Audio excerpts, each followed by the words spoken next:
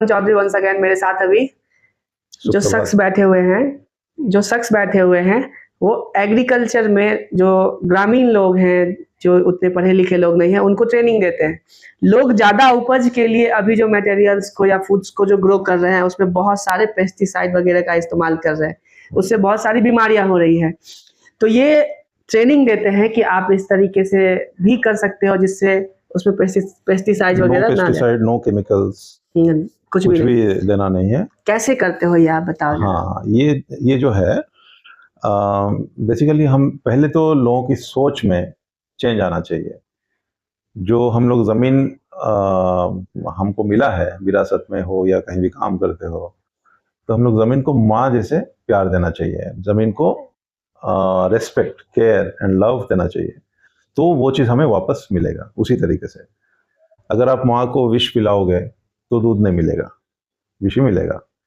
तो हम लोग उसको उसी तरीके से ट्रीट करना पड़ेगा जिस तरीके से हम लोग रिटर्न एक्सपेक्ट करते हैं। तो हम जब ज़मीन को रेस्पेक्ट देना, लव करना और केयर करना सिखाते हैं, तो उसमें काफ़ी सारी चीज़ें इन्वॉल्व होते हैं। मतलब प्रोसेसिंग, कंप्लीट प्रोसेसिंग हम लोग सिखाते हैं कि नंबर स्टेज 1, स्टेज 2, स्टेज 3 क्या-क्या करना है। जैसे हम लोग रेन वाटर हार्वेस्टिंग वो तरीका बताते हैं।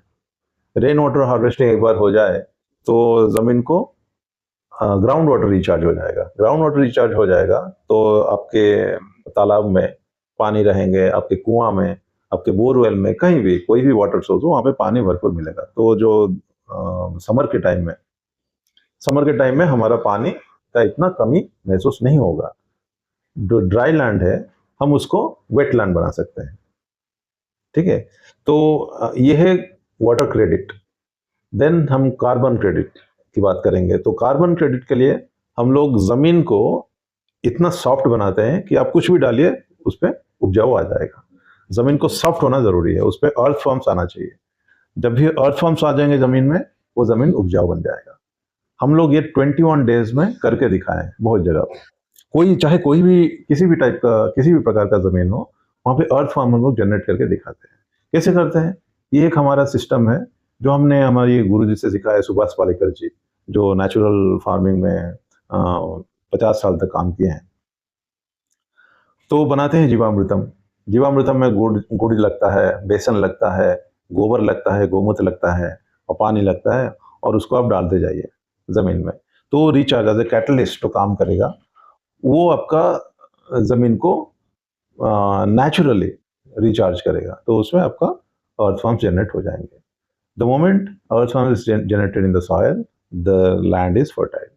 आप उस पर कुछ भी डालिए वो आता रहेगा। देन आपको मल्चिंग करना है। मल्चिंग मतलब जैसे ज़मीन को कवर करना है, डायरेक्ट सनलाइट नहीं आना चाहिए ज़मीन में। आप अगर डायरेक्ट सनलाइट डालते हो ज़मीन में तो अर्थ फॉर्म्स धीरे धीरे नीचे चले जाएंगे, बिकॉज उनको मॉइस्चर पसंद है, उनको गर्मी ज़्यादा पसंद नहीं है। नीचे नीचे जाके वो लोग मर जाएंगे, ज़मीन टाइट हो जाएगा, क्रैक आ जाएगा, जो आजकल बहुत जगह पे हो रहा है। जहाँ पे ज़मीन की खेती नहीं होती है वहाँ पे ये सारी चीज़ें प्रॉब्लम्स की तरह से दिखाई दे रहे हैं। अगर उसको संवारना है, जैसे आप जंगल में जाते हो, जंगल में क्या है, पत्ते गिरते रहते हैं, वो ज़मीन पे कवर की तरह ज़मीन को प्रोटेक्ट करते हैं। अगर वो प्रोटेक्शन मिल गया ज़मीन को, ज़मीन धीरे धीरे सॉफ्ट हो जाए। आप अगर पाँव भी डालोगे तो पाँव नीचे घुस जाएगा। तो उस टाइप का सिस्टम अगर हम वो चाहते हैं ज़मीन में, तो हमें पहले मल्च करना पड़ेगा, ज़मीन को कवर रखना पड़ेगा, ताकि डायरेक्ट सनलाइट ज़मीन पे ना पड़े। अगर नहीं पड़ेगा तो धीरे धीरे अगर पानी नीचे जाके उधर ही आपका ग्राउंड वाटर रिचार्ज होगा, उसमें अर्थ फॉर्म जनरेट होंगे, बायो कंपोस्ट बन जाएगा ऑटोमेटिक। तो आपको कंपोस्ट भी डालने की जरूरत नहीं है। आप कोई भी चीज़, गोबर या खाद बाहर से लाने की कोई भी जरूरत नहीं। आप अपने ज़मीन पे पत्ते से, पेड़ों के पत्ते से, डंडों से, फूल जो भी आपका ग्रो हो रहा है, वीड से आप जनरेट कर सकते हो कंपोस्ट। ये है आपका ज़मीन का केयर लेना। पेस्टिसाइड डालना लोग शुरू कब किए? पेस्टिसाइड इसलिए डालते हैं क्योंकि केमिकल जब हम लोग डालते रहते हैं तो ज़मीन का जो क्या बोलते हैं उसको, इम्यूनिटी खत्म हो जाता है। जब ज़मीन का इम्यूनिटी खत्म हो जाता है तो उसमें जो पेड़ भी उगते हैं उसका भी इम्यूनिटी धीरे धीरे कम हो जाता है। तो दूसरे जो पेस्ट अटैक करते हैं, पेस्ट जो है वो अटैक करते हैं, उसी फल फूल पत्ते इसको अटैक करके सारा खा लेते हैं। तो उसको कंट्रोल करने के लिए हम लोग पेस्टिसाइड डालते हैं। पेस्टिसाइड क्या होता है? एक खतरनाक केमिकल जो डालते वक्त मुंह में कवर देना पड़ता है, नहीं तो वो जाएगा, आप अगर उसको सूंघोगे। लोग अभी बातें कर रहे हैं कि कुछ माइक्रोन के प्लास्टिक्स वगैरह भी जो है तो यहाँ तक कि किडनी में भी चले गए हैं। बिल्कुल बिल्कुल। जो पेस्टिसाइड या केमिकल्स का इस्तेमाल कर रहे हैं उसमें भी माइक्रोन्स में प्लास्टिक्स वगैरह होती है। बिल्कुल बिल्कुल, क्योंकि वो तो उसी देखिए पेस्टिसाइड और केमिकल कहाँ से बना है? ये वर्ल्ड वॉर 2 में जो सब बम बनाने के लिए जो बारूद ये सब जो था, वो लोग ऐसे फेंक दिए गए थे इस जगह, और उधर से ही ये धीरे धीरे उगना शुरू किया और वो धीरे धीरे कंट्रोल करने लगे। तो वहां से उनको पता चला कि ये काम करेगा पेस्टिसाइड के हिसाब से। वो क्या है? कंप्लीटली केमिकल वेस्टेज है। तो उसको लाके अगर हम जमीन पे छिड़कते हैं तो पेस्ट भाग जाएंगे, पेस्ट मर जाएंगे। मगर हम लोग जो यूज करते हैं नेचुरल टेक्निक से, वो है पेस्ट कंट्रोल। ठीक है, वो पेस्टिसाइड नहीं है, वो पेस्ट रिपेलेंट है। वो पेस्ट भगाएगा, बिकॉज हम लोग को भी ये मानना है कि पेस्ट भी एक नेचुरल कीड़ा है, नेचुरली एनिमल्स है। ठीक है, उसके लिए आप एस वगैरह का इस्तेमाल करते हैं। एस का दूसरा है, एस हम डालते हैं पोटास के लिए। पोटास देखिए, यूरिया पोटास डीएपी जो है उसका सारा चीज़ हम लोग नेचुरली डाल सकते हैं ज़मीन में। गोबर हो जाए, अब नाइट्रोजन हो गया, ग्रीन लीफ जितने हैं अब नाइट्रोजन है। अगर हम नाइट्रोजन NPK जो 3:2:1, तो उस रेशियो में अगर हम डालते हैं ज़मीन का उपजाऊ बढ़ जाता है। ठीक है, तो हम अगर ग्रीन लीफ भी डालते हैं तो नाइट्रोजन सप्लाई करता है। जो अर्थवर्म्स जो हैं मरते हैं, उसी में जिंदा रहते हैं, मरते हैं, उनका जनरेशन चलता रहता है उधर, उनका जो कास्टिंग है वो पोटास के हिसाब से काम करता है। ठीक है, और अगर एक्स्ट्रा चाहिए तो जीवामृतम डाल देते हैं। और हम जो पेस्टिसाइड बनाते हैं वो हम 10 डिफरेंट टाइप के पत्ते जो हैं, नीम हो गया, आम हो गया, गुआवा हो गया, सपोटा हो गया, रामफल, हनुमान फल, और जो अलग अलग पेड़ हैं, पत्ते हैं, जिसको ब्रेक करने से गम निकलता है व्हाइट कलर का, वो विष होता है, उससे पेस्ट भागते हैं। तो ये सारा मिक्स करके गोबर, पानी और गोमूत्र में मिला के हम उसको 1 महीना सड़ा के रखते हैं। उसके बाद वो इतना बढ़िया बन जाता है, वो कोई भी पेस्ट को भगा देगा। उसको बोलते हैं 10 परनी। परनी मतलब लीफ, 10 मतलब 10। तो 10 लीफ को मिला के वो हम बनाते हैं पेस्ट कंट्रोल सिस्टम, हम लोग का बनाते हैं। तो एक चीज भी हम लोग बाहर से खरीदते नहीं। एक बात अगर आपसे पूछे हम अभी कि आप अगर कोई भी एक बिस्किट खरीदते हो तो उसका जो कॉस्ट होता है वो निर्धारित वो करता है जो बनाया है उस बिस्किट को। कुछ भी अगर आप खरीदते हो, आटा अगर हम आशीर्वाद का लेते हैं तो उसका निर्धारित कॉस्ट वो लोग करते हैं जिन्होंने आटा को बना के पैक किया है। किसान जो चीजों को उपजा रहे हैं उसका कॉस्ट निर्धारित कोई दूसरा आदमी करता है। अगर हमने उपजाया है, हमारा कितना खर्चा लगा है, हम उसको जोड़ करके अपना प्रॉफिट देख करके अपना कॉस्ट नहीं बना पाते। ऐसा क्यों होता? ऐसा देखिए, ये कैपिटलिज्म मेंटालिटी का ये है, कंसेप्ट है। हम लोग कुछ बनाएंगे और बेचेंगे, बनाएंगे बेचेंगे, उस पे फिर जो रॉ मटेरियल आएगा, जो हम लोग इनको बेचेंगे, वो एक फाइनल प्रोडक्ट नहीं होगा। हम उसको भी पैकेट करके उसको कुछ और मसाला वगैरह डाल के उसको बेचेंगे। हम उगा रहे हैं सारा कुछ, जो चासी उगाता है, जो फार्मर है उगाता है सब कुछ, मगर वो एक बस मिडिलमैन टाइप का बन जाता है। वो एंड प्रोडक्ट कस्टमर तक नहीं जाता। जो हम अपने हिसाब से जो काम कर रहे हैं इधर नेचुरल फार्मिंग, हम डायरेक्ट कस्टमर को बेचते हैं। हम लोग निर्धारित करते हैं प्राइस कितना रहेगा, बिकॉज हमें पता है हमारा खर्चा कितना होगा। तो हम लोग किसी पे डिपेंडेंट नहीं है। तो अगर वो सारा चीज़ अगर हर फार्मर ऐसा करना शुरू कर दे, तो ये जो कैपिटलिज्म जो सिस्टम है वो ब्रेक डाउन हो जाएगा। इसीलिए गवर्नमेंट भी नहीं चाहता, गवर्नमेंट कैपिटलिज्म को सपोर्ट करता है।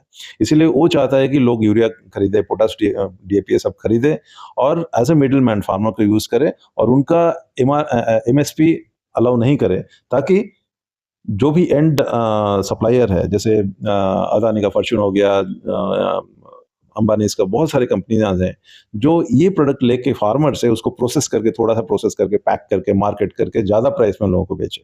इस तरीके से लोगों को लूटा जा रहा है। फार्मर लूट रहा है, जो उगा रहा है वो लूट रहा है, जो खा रहा है वो लूट रहा है, जो टैक्स दे रहा है वो लूट रहा है। सभी लोगों को लूटने का सिस्टम है ये। अगर हम नेचुरल पद्धति में काम करते हैं, एक भी चीज़ आपको बाहर से खरीदने की ज़रूरत नहीं, सब आप अपने उगाओ, अपना प्राइस निर्धारित करो, साल भर चेंज करो, कम्पीट करो केमिकल वालों से, तभी जाके ये सुधरेगा। बात करें तो पूरे देश में सबसे अच्छे जो फार्मर्स हैं, एक बात है, एक स्टेट है पूरे इंडिया में जहाँ कोई भूखा नहीं सोता, वो है पंजाब। कोई नहीं सोता वहाँ पे कोई भी भूखा। उसके जस्ट बगल में हिमाचल प्रदेश है, उसके जस्ट बगल में जम्मू कश्मीर है। आप अगर बात करें दिल्ली की, तो दिल्ली में लोग रोड साइड में पन्नी लगा के सोते हुए मिलेंगे आपको, लेकिन उन सब इलाकों में नहीं है। किसानों की हालत जिस स्टेट में अच्छी है, वहाँ गरीबी नहीं है। देखिए, पंजाब की बात अलग है। पंजाब किसान भूखा नहीं सोता, मगर मरता कैंसर में। मैं गया हूँ पंजाब, हरियाणा, और वहाँ पे देखा हूँ कि इतना सारा केमिकल अभी दिया जा रहा है ज़मीन में, अभी ज़मीन उपजाऊ नहीं रहा। तो अभी धीरे-धीरे करके ज़मीन की जो उपजाऊ जो एबिलिटी टू प्रोड्यूस, वो खत्म हो रहा है। ऐसे बहुत जगह में धीरे-धीरे ऐसा हो रहा है, मैं जो देख रहा हूँ। बहुत सारी ज़मीन कर्नाटक, तमिलनाडु, आंध्र प्रदेश की ज़मीन में मैं घुमा हूँ, और यहाँ पे देखा हूँ लोग इतना सारा केमिकल डालते हैं कि ज़मीन की उपजाऊ खत्म हो जाती है। तो अगर हम लोग ये धीरे-धीरे अपने मन में डाल दें कि भई ज़मीन की चीज़ है, ज़मीन को ऐसे ही रहने दो, ज़मीन को टेक केयर करो, अ, उसको माँ जैसे रिस्पेक्ट दो, तब हम लोग ये सारा चीज़ को अच्छी तरीके से प्रोड्यूस कर सकते हैं, और अच्छा खाना जो without any trace of chemicals and pesticide हम लोग करेंगे। इसका जो डायरेक्ट इम्पैक्ट तो आएगा हेल्थ पे, और इनडायरेक्ट इम्पैक्ट भी आएगा कि हम लोग अल्टीमेटली एक्सपोर्ट ही कर सकते हैं, क्योंकि अभी ऑर्गेनिक और नेचुरल प्रोड्यूस का बहुत सारा डिमांड है। इसको अगर भारत का भौगोलिक परिस्थिति ऐसा है कि हम लोग का देश फार्मिंग के लिए ही बनाया गया है। 4 सीज़न है, पहाड़ है, पर्वत है, लाल मट्टी है, ब्लैक सॉइल है, कन्याकुमारी से लेके कश्मीर तक अलग-अलग जगह पे अलग-अलग चीज़ें हम लोग उगा सकते हैं।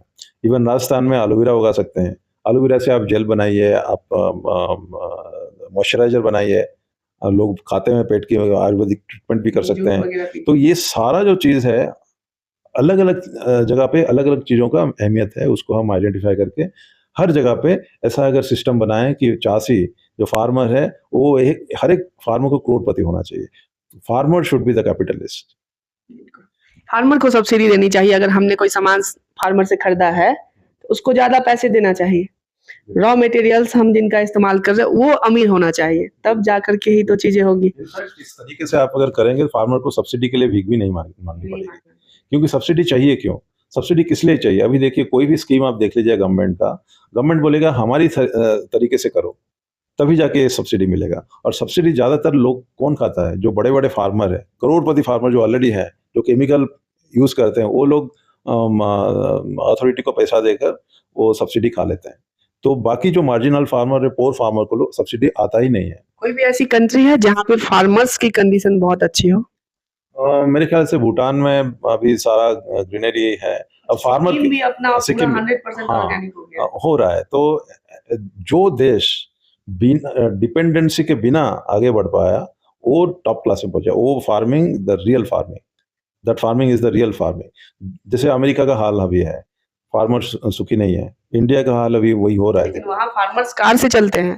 फार्मर कार से चलते हैं, मगर वो कॉन्ट्रैक्ट फार्मिंग की वजह से, वो फार्मर नहीं है, वो कॉन्ट्रैक्ट फार्मिंग दे देते हैं, वो फार्मिंग जाके नहीं करते, कंपनी को दे देते हैं। ठीक है, जो फार्मर है, वो जो फार्मर का आंदोलन हुआ था, वो इंडियन फार्मर के सपोर्ट में थे। वो लोग ये बोल रहे थे कि हमारे जैसा तुम्हारा अपना सिस्टम मत करो, तुम अपना हालत हमारे जैसा मत करो, नहीं तो लूट जाओगे, डूब जाओगे। चलिए, तो बहुत-बहुत धन्यवाद।